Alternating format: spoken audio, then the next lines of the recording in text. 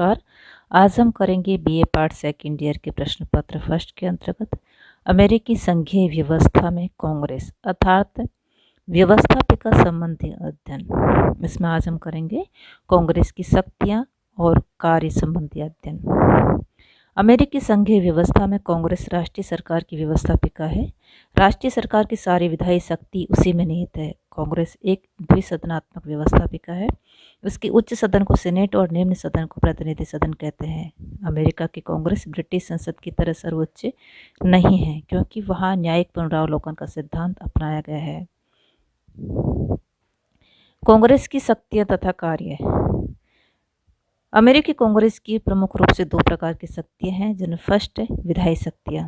अमेरिकी संविधान के अनुच्छेद 1 खंड 1 के अनुसार राष्ट्रीय सरकार को प्रदान की गई सारी विधायी शक्तियां कांग्रेस में निहित हैं। इसका अर्थ है कि कांग्रेस केवल उन्हीं शक्तियों का प्रयोग करती है जो संविधान उसे स्पष्ट रूप से प्रदान करता है। जिन शक्तियों को संविधान उसे स्पष्ट रूप से प्रदान नहीं करता या जिन्हें युक्तियुक्त ढंग से प्रदान की गई शक्तियों में निहित नहीं समझा जा सकता, उनका कांग्रेस उपयोग नहीं कर सकती। संविधान अवशिष्ट शक्तियों को संघ के राज्यों को प्रदान करता है, कांग्रेस को नहीं। विदेशी संबंधों को स्पष्ट रूप से कांग्रेस को प्रदान नहीं किया गया, फिर भी राष्ट्रीयता के आवश्यक सहगामी और राष्ट्रीय स्वरूप में अंतर्निहित होने के कारण इसे कांग्रेस का अन्य क्षेत्र मान लिया गया है। अमेरिकी कांग्रेस की विधायी शक्तियां प्रमुख रूप से इस प्रकार हैं। फर्स्ट है स्पष्ट रूप से प्रदान की गई शक्तियां। संविधान के अनुच्छेद 1 के अनुसार कांग्रेस की जिन शक्तियों को गिनाया गया है उनमें प्रमुख है कर लगाना, उसे एकत्रित करना, ऋण लेना, उसकी अदायगी करना, मुद्रा की व्यवस्था करना, विदेशी एवं अंतर्राज्यीय वाणिज्य का नियमन करना, नागरिकता संबंधी कानूनों का निर्माण करना, प्रतिरक्षा की व्यवस्था करना, युद्ध की घोषणा करना आदि। कांग्रेस स्पष्ट रूप से गिनाई गई शक्तियों की क्रियान्विति के लिए आवश्यक और उचित कानूनों का निर्माण कर सकती है। दूसरा, अंतर्निहित शक्तियां। कांग्रेस की ये शक्तियां वे हैं जिन्हें संविधान ने उसे स्पष्ट रूप से प्रदान नहीं किया, परंतु जिन्हें उसने इसलिए प्राप्त कर लिया है कि वे संविधान द्वारा स्पष्ट रूप से प्रदान की गई शक्तियों के निष्पादन के लिए आवश्यक और उचित है। इस प्रकार कांग्रेस की अंतर्निहित शक्तियों का विकास कांग्रेस को प्रदान की गई शक्तियों के निहितार्थों के रूप में हुआ है। तीसरा है उत्तराधिकार के रूप में प्राप्त शक्तियां। कांग्रेस उन विधायी शक्तियों का उपयोग भी करती है जो उसे ब्रिटिश संसद और उपनिवेश काल में राज्यों की विधानसभाओं के उत्तराधिकार के रूप में प्राप्त हुई है। इनमें प्रमुख है अपने सदस्यों के निर्वाचन, वापसी और योग्यताओं का निर्धारण करना, कांग्रेस के अपमान संबंधी मुद्दों की सुनवाई करना, विधान निर्माण हेतु आवश्यक सूचना एकत्रित करना, दस्तावेजों को मंगवाना, गवाहों की गवाही लेना, जांच करना आदि। नेक्स्ट है समवर्ती शक्तियां। ये वे शक्तियां हैं जिनका उपयोग कांग्रेस और राज्य विधानसभाएं दोनों करती हैं। इन शक्तियों के उपयोग का सामान्य नियम यह है कि राज्य इनका उपयोग तब तक करे जब तक कांग्रेस उनके संबंध में किसी प्रकार का कानून निर्माण नहीं करती। इसके प्रमुख उदाहरण है निर्वाचन, संवैधानिक संशोधन, अपने अपने अधिकार क्षेत्र में कानूनों का निर्माण, बैंकों एवं कॉरपोरेशन की स्थापना, न्यायालयों की स्थापना, सार्वजनिक कल्याण आदि। दूसरी शक्तियां हैं गैर विधायी शक्तियां। कांग्रेस की ये शक्तियां प्रमुख हैं, जिनमें है फर्स्ट संवैधानिक शक्तियां। जब कांग्रेस संवैधानिक संशोधन के उद्देश्य से किसी प्रस्ताव को अपने दोनों सदनों के 2/3 बहुमत से पारित करके राज्यों के अनुसमर्थन के लिए भेजती है तो वह अपनी संवैधानिक शक्ति का प्रयोग करती है, परंतु कांग्रेस इसका प्रयोग अकेले या स्वतंत्र रूप से नहीं करती और संवैधानिक संशोधनों को लागू करने के लिए 3/4 राज्यों के अनुसमर्थन की आवश्यकता होती है। फिर भी इसमें कांग्रेस ने ही पहल करने की शक्ति ग्रहण कर ली है। यद्यपि 2/3 राज्य प्रार्थना पत्र द्वारा संवैधानिक संशोधन के लिए राष्ट्रीय सम्मेलन की मांग कर सकते हैं, परंतु अब तक जितने भी संशोधन हुए हैं उनमें पहल कांग्रेस ने की है। दूसरा है निर्वाचन संबंधी शक्तियां। कुछ परिस्थितियों में कांग्रेस राष्ट्रपति और उपराष्ट्रपति का निर्वाचन करती है। प्रति 4 वर्ष बाद राष्ट्रपति और उपराष्ट्रपति को निर्वाचन मंडल में प्राप्त मतों को गिनने के लिए कांग्रेस की एक बैठक होती है।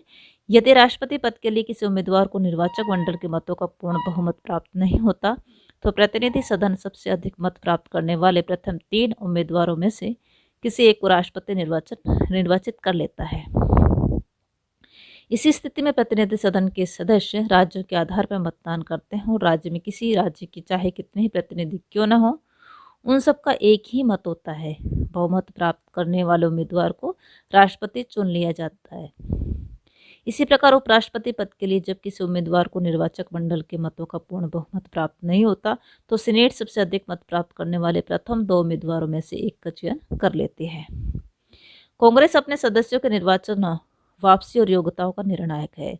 अतः कांग्रेस का प्रत्येक सदन अपने किसी सदस्यों के निर्वाचन को रद्द करके उसे सदन में बैठने की मनाही कर सकता है। नेक्स्ट है कार्यपालिका संबंधी शक्तियां। अमेरिका में अध्यक्षात्मक शासन व्यवस्था है। यहाँ कार्यपालिका कांग्रेस से स्वतंत्र है। वह न केवल कांग्रेस से अनुपस्थित होती है बल्कि वह उसके प्रति उत्तरदायी भी नहीं होती। कार्यपालिका निर्माण कांग्रेस से नहीं होता, उसका कार्यकाल भी निश्चित होता है। महाभियोग के प्रस्ताव को छोड़कर कांग्रेस कार्यपालिका को समय से पूर्व पदच्युत नहीं कर सकती। इसके बावजूद भी कांग्रेस कार्यपालिका संबंधी कुछ शक्तियों का प्रयोग करती है, जैसे कांग्रेस का उच्च सदन अर्थात सीनेट राष्ट्रपति की आंतरिक और बाहर नीतियों में प्रत्यक्ष हिस्सा लेता है। राष्ट्रपति द्वारा की गई नियुक्ति और संधियां तभी लागू होती है जब सीनेट उनका अनुसमर्थन कर देती है। कांग्रेस युद्ध की घोषणा करती है। कांग्रेस अपने पदाधिकारियों का चयन स्वयं करती है। प्रतिनिधि सदन अपने स्पीकर और सीनेट अपने अस्थायी अध्यक्ष का चयन स्वयं करती है।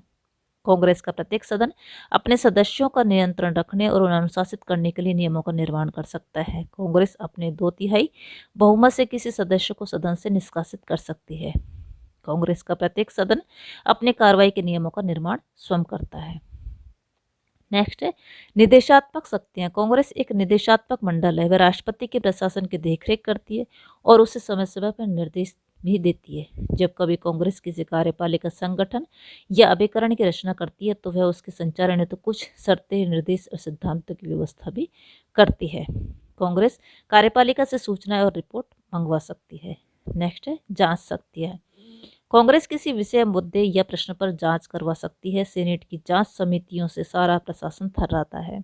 इन जांच समितियों के माध्यम से कांग्रेस प्रशासन पर नियंत्रण रखती है और उसकी अकुशलता, भ्रष्टाचार का पर्दाफाश करती है। नेक्स्ट है न्यायिक शक्तियां। कांग्रेस की न्यायिक शक्तियां भी हैं, जिसमें कुछ इस प्रकार है। वह कानून द्वारा सर्वोच्च न्यायालय व अन्य निम्न संघीय न्यायालयों के सदस्यों की संख्या निश्चित करती है। वह सर्वोच्च न्यायालय के अपीलीय क्षेत्राधिकार को निश्चित करती है। वह राष्ट्रपति, उपराष्ट्रपति तथा अन्य पदाधिकारियों पर देशद्रोहिता, घूसखोरी या अन्य गंभीर अपराधों के लिए महाभियोग लगा सकती है। प्रतिनिधि सदन महाभियोग लगाता और सीनेट उनकी जांच करती है। वह अपने अपमान संबंधी मुद्दों में अपने सदस्यों के निर्वाचन संबंधी विवादों की सुनवाई करती है और उनका निपटारा करती है। नेक्स्ट वित्तीय शक्तियां। वित्तीय प्रशासन की जीवन रेखा है। इस पर कांग्रेस का पूर्ण नियंत्रण होता है। कांग्रेस की अनुमति के बिना न तो 1 पैसा खर्च हो सकता है और न ही 1 पैसे को राजस्व के रूप में एकत्रित किया जा सकता है। नेक्स्ट है नए प्रदेशों को संघ में शामिल करने की शक्ति। कांग्रेस द्वारा नए प्रदेशों, क्षेत्रों, राज्यों को अमेरिकी संघ में शामिल कर सकती है। प्रारंभ में अमेरिकी संघ में केवल 13 राज्य थे, परंतु आज इसमें 50 राज्य हैं। नेक्स्ट है व्यापारिक शक्तियां। संयुक्त राज्य अमेरिका के कांग्रेस को विदेशी व्यापार और व्यवसाय संबंधी शक्तियां भी प्रदान की गई हैं। वह उसे नियंत्रित तथा नियमन करने के लिए कानून बना सकती है। इस प्रकार आप कह सकते हैं। इस प्रकार यह कहा जा सकता है कि विश्व के अन्य लोकतांत्रिक व्यवस्थापिकाओं की तरह संयुक्त राज्य अमेरिका की कांग्रेस व्यवस्थापिका को भी व्यापक शक्तियां प्राप्त है तथा ये बहुमुखी कार्यों का संपादन करती है। अमेरिकी कांग्रेस पूर्ण प्रबुद्ध संपन्न संस्था नहीं है। इसकी शक्तियां ब्रिटिश संसद की तरह अमर्यादित, असीमित नहीं है। उस पर कुछ सीमाएं हैं, नियंत्रण हैं, जिनमें कुछ प्रमुख सीमाएं इस प्रकार हैं। फर्स्ट है संवैधानिक सीमाएं। अमेरिका में संघीय शासन व्यवस्था है। अन्य संघीय संविधानों की तरह यहाँ भी संविधान राष्ट्रीय सरकार और राज्य सरकार में शक्तियों का विभाजन करता है।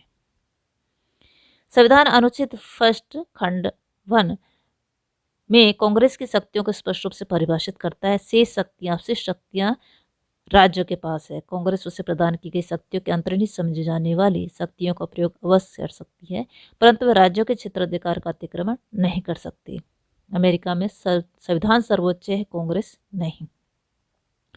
दूसरा है न्यायिक पुनरावलोकन की सीमाएं। कांग्रेस पर न्यायिक पुनरावलोकन की सीमाएं हैं। जब कभी कांग्रेस अपने क्षेत्राधिकार का अतिक्रमण करती है अथवा राज्यों के क्षेत्राधिकार में हस्तक्षेप करती है या ऐसे कानूनों का निर्माण करती है जो संवैधानिक धाराओं के विपरीत है, तो न्यायालय उस कानून को अवैध घोषित कर सकती है।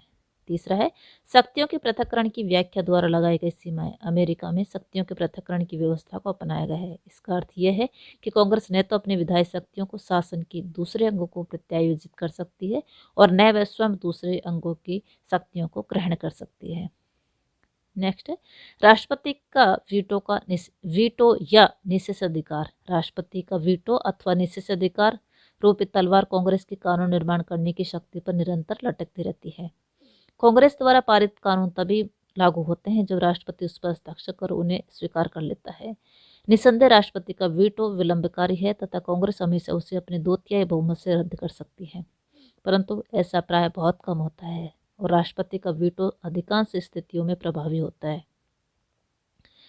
नेक्स्ट है जनमत का नियंत्रण। संयुक्त राज्य अमेरिका की कांग्रेस पर राष्ट्रीय तथा अंतर्राष्ट्रीय जनमत का भी नियंत्रण रहता है। वह उनके प्रतिकूल कोई भी विधेयक या कानून पारित नहीं कर सकती। अगर ऐसा करती है तो उसे व्यापक आलोचना का पात्र बनना पड़ता है। नेक्स्ट है अन्य सीमाएं। कांग्रेस विद्रोह और आक्रमण की स्थिति को छोड़कर बंदी प्रत्यक्षीकरण लेख को स्थगित नहीं कर सकती। कांग्रेस कार्योत्तर कानूनों का निर्माण नहीं कर सकती। कांग्रेस राज्यों के निर्यात पर कोई कर नहीं लगा सकती। कांग्रेस राज्यों की सहमति के बिना सीनेट में राज्यों के समान प्रतिनिधित्व की व्यवस्था में कोई परिवर्तन नहीं कर सकती। राज्यों की सहमति के बिना कांग्रेस राज्य की सीमाओं में कोई परिवर्तन नहीं कर सकती। थैंक्स, आज के लिए इतना ही।